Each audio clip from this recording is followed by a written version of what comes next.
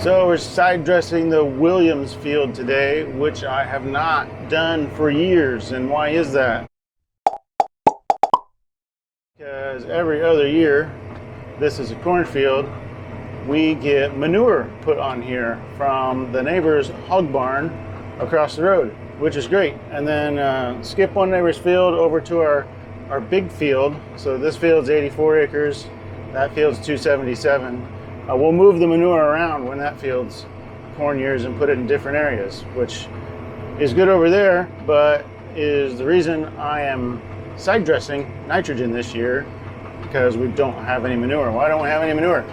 So a lot of people will say, we should fertilize all crops with manure. Yeah, okay, manure is awesome stuff.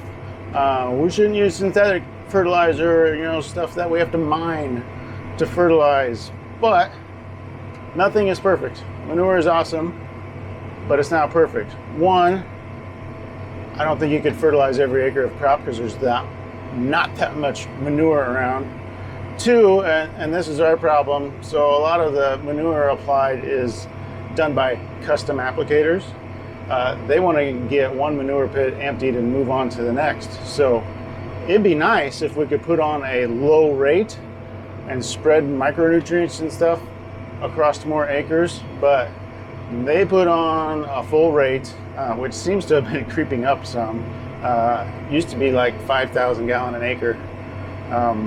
We've had it creep up to 6 or 7,000. So that's part of the reason that they put on a full rate. They're not going to do it another way. These custom guys, that's not the neighbors, that's the custom guys. They're talking about different people here. So last time this field got soil tested, which was in 2016, so it's actually a year overdue. We kind of adjusted our soil sample schedule to spread more fields out so they're not all getting sampled at the same time.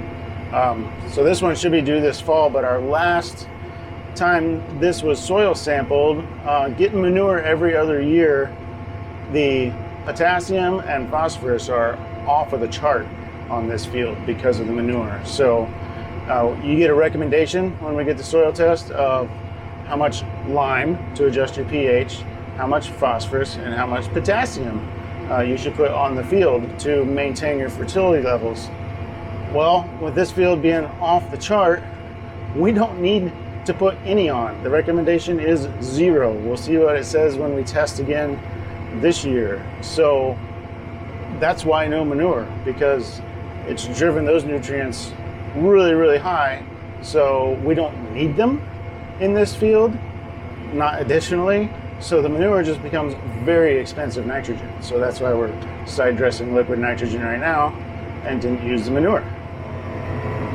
So not only is this a cost thing, because since we don't need any P or K, phosphorus or potassium, we're just spending too much money on nitrogen if we use manure. So doing it this way is cheaper, but it's also an environmental thing. You hear about nitrogen leaching a lot, but phosphorus particularly has been in the news also. I know in the Great Lakes around Ohio has been a concern. So, we don't want excess phosphorus going out of here.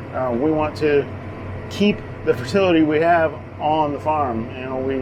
It's good for the environment, but if stuff leaves here to the drainage ditch, over here to the Wabash, to the Mississippi, to the Gulf of Mexico, that's also money that's leaving here too. So more fertilizer we would potentially need to put on. So yes, manure is awesome. It's got all kinds of nutrients. It's got the nitrogen we need, and also builds some organic matter, but it's not the silver bullet, one size fits all solution, as nothing is in agriculture. So that's why we're not putting on manure in this field. Be interesting this fall after this corn crop comes off, see what our soil tests say now to see if we pulled the P and K down or not.